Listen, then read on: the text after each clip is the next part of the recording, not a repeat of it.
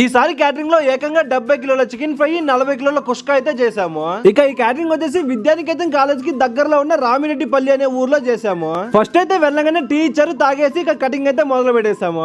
అలాగే పొయ్యికి బొట్లు పెట్టించేసి ఒక పక్కన సాంబార్ కి పప్పు, ఇంకో పక్కన పొంగల్ అయితే చేయబోతున్నాము. ఇక కటింగ్ లన్నీ రెడీ అయినప్పుడు పొంగల్ అయితే ఉడికిపోయింది, మసాలా వేసి దింపి పక్కన పెట్టేసాము. అరవింద్ గడేమో 250 కోడిగుడ్లు ఉడకబెట్టడానికి రెడీ చేస్తున్నాడు. అంతలోపల నేనైతే సాంబార్ రెడీ చేసి దింపించి పక్కన పెట్టేసా. ఇక ఇప్పుడైతే 70 కిలోల చికెన్ ఫ్రై చేయబోతున్నాము. 35 సపరేట్ గా 35 సపరేట్ గా 2 అండీల్లో చేస్తున్నాము. కరెక్ట్ గా అరగంట కల్లా ఫస్ట్ చేసిన 35 కిలోల చికెన్ ఫ్రై రెడీ అయిపోయింది. అరవింద్ గడు కుష్కాకి వైట్ రైస్ కి రైస్ నానబెడుతున్నాడు. ఇక ఎలాగో పొయ్యి ఖాళీగా ఉంది కదా అని చెప్పేసి నేను రసం చేసేసాను. ఈ అన్న మాత్రం డాన్స్ ఎర్రక్ కొట్టేశాడు. అంతలోపు ఇంకో 35 కిలోల చికెన్ ఫ్రై కూడా రెడీ అయిపోయింది. రెండింటిని కలిపి ఒకే దాంట్లో వేసేసి నీట్ గా మూత పెట్టేసాము. ఇక ఇప్పుడైతే 40 కిలోల కుష్కా చేస్తున్నాము. ఈ అన్న మాత్రం మాకు బాగా హెల్ప్ చేస్తాడు. అరవింద్ గడు కుష్కాకి వైట్ రైస్ కి రెండింటికి రైస్ వేసాడు. ఇక 12:30 కల్లా ఫుడ్ మొత్తం నీట్ గా సెట్ చేసి 8,000 డబ్బులు తీసుకుని బండి ఎత్తుకుని రై ఏమంటూ చార్జర్ ఎక్కడే మర్చిపోయి ఇంటికి